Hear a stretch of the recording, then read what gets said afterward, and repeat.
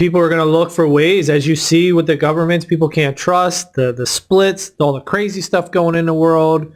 People are going to look to trust decentralized permissionless systems like Bitcoin, like Spaces Protocol. It all makes sense, and it's all starting to come together. I mean, what an amazing time we are right here. Well, right. And I mean, it's not outside the bound of imagination to think that maybe at some point Bitcoin is seen globally as a legal tender currency that is just free of any taxation implications at all. So it could happen. So, again, these are human rules.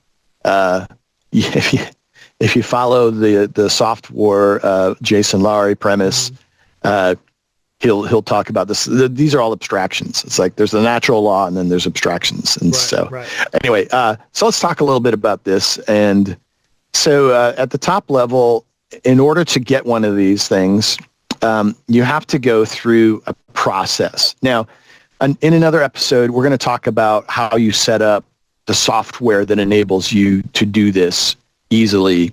I mean, theoretically, you could handcraft a transaction that it's exactly the right way and do this without any special software because it falls inside of what is legally defined as a transaction within Bitcoin. But there are special caveats, and it makes sense to use software. But once you have that software, you go through this process where you say, I want this name. You first can check to see if it's already been taken. Maybe I should I go jump over to that? Let me just for those that are curious. So I'm going to go to Spaces Protocol. I'm going to click on this Explorer link here. So this is the current state of what's going on auction-wise and what has happened to an extent and what's in process. So at this point, there's 3 names in auction mode. One is already past its window. We'll talk about that. And then these 2 are still waiting. But you can look here on past auctions, and you can search. So I can say, let's just say Hope. Is Hope available? Oh, it says here it's registered. So Hope is not available. Well, when is it going to expire? Expires in 296 days. So whoever owns Hope, they've got it recently, and it's not going to come up. Even if it did come up for expiration, they can always renew it. But this one's taken. So what if you really wanted it and it's already taken? There is one more option for you, right? And I'll just go back here. And that is there is an aftermarket. Well, stay on here. Stay on the Explorer. Go back to the Explorer. Okay. Type in, what was the one we saw? Christmas. Type in Christmas. They added this. So you see how it says registered, but if it's on the marketplace, you see on the right-hand side, it says view on marketplace. Oh, yes. So they added that link. If it's for sale, you can click on that and it'll open up the marketplace.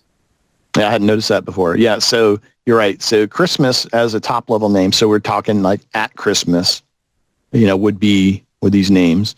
It's registered. Somebody registered it, and they immediately put it up for resale on the marketplace. So I click on this link, and I see here that the person has put if you want this, you have to purchase it for this price. So price has gone down, so it's hard. It used to be you could just shift the decimal places. So what is this about? $250 or $200 or so? Maybe with today's prices. I think it's $25. It's 1, 2, 3, 4, 5, 6, 7, 8. So it's 25,000 Satoshis. I think it's $25. It's probably less now. All right, I'm gonna pull up here's a converter that I use a lot. It's Kraken's. Let's see. So $17.31. Yeah, there you go. It used to be $25 today. Yeah, it used to. But the price of Yeah. What is? Oh, you already mentioned the price today, so I won't go back to it. But yeah, that's so. If you want to just peruse these things, then you can go to the aftermarket site here at Marketplace at this link and just see what's available. You can sort this. We won't go into this too much, but this gives you a second chance at getting a top level name that you might want, right? All right. So I'm going to bump back to the docs. Now, what happens if a space is registered and it's not for sale on the marketplace? How can you get that? Is there a way? That's a good question. There is no way that I know of that to know who controls a space once it's registered and you no longer have an ability to bid on it and potentially become the owner. Once the owner is registered it, and as long as they don't let it expire, then it cannot be taken away. And there is literally no way to know who owns that space. So there's no person to go to. So let's just go back to my example for Nike, right? If Nike says, hey, Space Protocol is cool, we should get Nike. Oh, it's taken. And nobody put it on the marketplace. So we don't know who, even when you put it on the marketplace, it still doesn't divulge your identity. Mm-hmm. So it's like, we're going to have to go after whoever owns, that's our, we have the license to use that. That's our trademark stuff. We've got lawyers. We're going to go after you. So who are they going to go after? Right. There is no way to identify who owns that unless somehow the activity that was used through the auction process was something that could be traced to like a location, and based on that location, then a person could be figured out. Mm-hmm. So, right. So I don't want to say it's completely impossible, but you would have to be pretty determined to get it. So actually, this, maybe we won't get too much into the auction because I think this is a really good topic to think about. So anything you do on Bitcoin, right? While you may not tell anybody, hey, this is my address, I'm receiving some funds, or I'm sending some funds. Maybe I'm sending some funds to you, Jason. You're sending some things back to me. It's like, I'm not implicitly saying, divulging who we are. And if you look at any given transaction, maybe I could even bring up the mempool. I can see right now we're not going to get to the auction stuff too much, but that's fine. We'll save it for another day. Yeah, but I think it's important to kind of think about this. Yeah. So mempool.space is like a publicly mempool thing. These green blocks are the up and coming blocks. They haven't been mined yet, but it's kind of like a queue that you're waiting for your transaction. When you create a transaction and you broadcast it, then you're basically putting it over here in the green blocks somewhere. Now, where it sits in there depends on how much you told it that you were willing to pay for the fee rate. And that's this top thing. This says 0 sats per VB, stands for virtual bytes.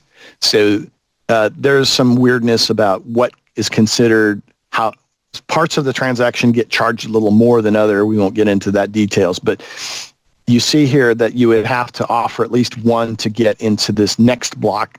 This one is going to be mined next. Now we see here the last block. These blue blocks here are stuff that has been mined. So this is like going back in the past now.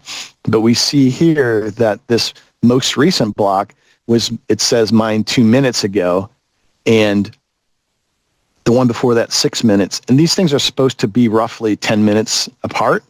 So you say, hey, wait, Andrew, that's 4 minutes. That's not even close to 10 minutes. Yes, but on average 10 minutes, because we can never predict exactly when the next block will be found. And, all the miners in the world are all competing for the next block. But we see here a lot of 33 minutes happened. So the difference between 33 minutes ago and, well, now it says 7 minutes ago. So that's like 26 minutes difference. That's a lot more than 10. So you can see it does fluctuate. Anyway, the important part is that while there's not really anything about the transaction that says, hey, this is Jason sending money to Andrew, there is things that you could determine by watching what's going on. And what do I mean by that? What I mean by that is that say Jason, you've got a wallet, it's like on your desktop, and you don't run your own node. So when you want to broadcast it, that transaction has to go somewhere, and such that it gets picked up by the nodes that are waiting to validate the transaction and then make it available to be put in blocks. So if that IP transaction, that internet activity goes out of your machine, out your internet connectivity, and it goes to some public Bitcoin node, and the Bitcoin node sees it, puts it in thing. Now, the fact that it's gone out your ISP to that node, if somebody's watching your ISP traffic, they might be able to detect this is a Bitcoin transaction. And if somebody's watching the node, maybe it's a popular one that people tend to use. Maybe somebody's watching all the traffic coming and going, or the people running that node are keeping track of all the stuff that goes into it. Now, they could theoretically build up a list of like, hey, I keep seeing transactions, and they all keep coming from this one IP address. And where's that IP address? Well, if you know anything about network topology, a lot of times your ISP will divulge the geolocation of your IP endpoint. So if you told me your IP address or even if you just like sent me an email or something, I could look in the headers of the email, track it back to the origin server, figure out where your IP address was. Then I could go in and look that up, and your ISP probably gives me the lat long of your location of your router, and then I could probably get it down to like a city block easily. And if I know, for instance, that Jason lives like within a few doors of this IP at this location, then I can be pretty confident that Jason's the guy that was making those transactions. See what I'm saying? And this is what, there's all sorts of chain analysis and all sorts of ways of kind of, discovering, location and where activity comes from. Now that's all kind of forensic stuff, right? So what if you don't want that? It's like, I don't want anybody to know what I am doing with my Bitcoin at all. You either have to take measures like maybe you set up a VPN between you and this public server that you want to send your transactions to. And maybe that hides your IP address better. Maybe not. Maybe you use Tor routing, or you do some other way to kind of obfuscate where your IP address is. But one of the most effective ways to create just privacy about anything you're doing on the Bitcoin address is to run your own node on your own local machine. So that way, if your laptop says, okay, I'm transacting I'm putting my transaction together, I'm going to send Andrew some money, I broadcast it to my own node, and because my own node is just like participating in the Bitcoin network of nodes anyway, my transaction just gets mixed up with everybody else's that's happening at that point, all these that are getting lined up to be included. In fact, if I scroll down here, it's kind of a graphic of all the transactions that are getting assembled, and some are getting kicked out because they don't have their fee rate high enough, and others are coming in with their fee rates higher. So if they move to the right here, these are the higher fee rates. Like this one says 29.9, so that's a pretty juicy fee for that block. But over here, let's see, it says one sat per vbyte. Okay. Not to get too technical in here, but that's what this is kind of giving you an illustration of.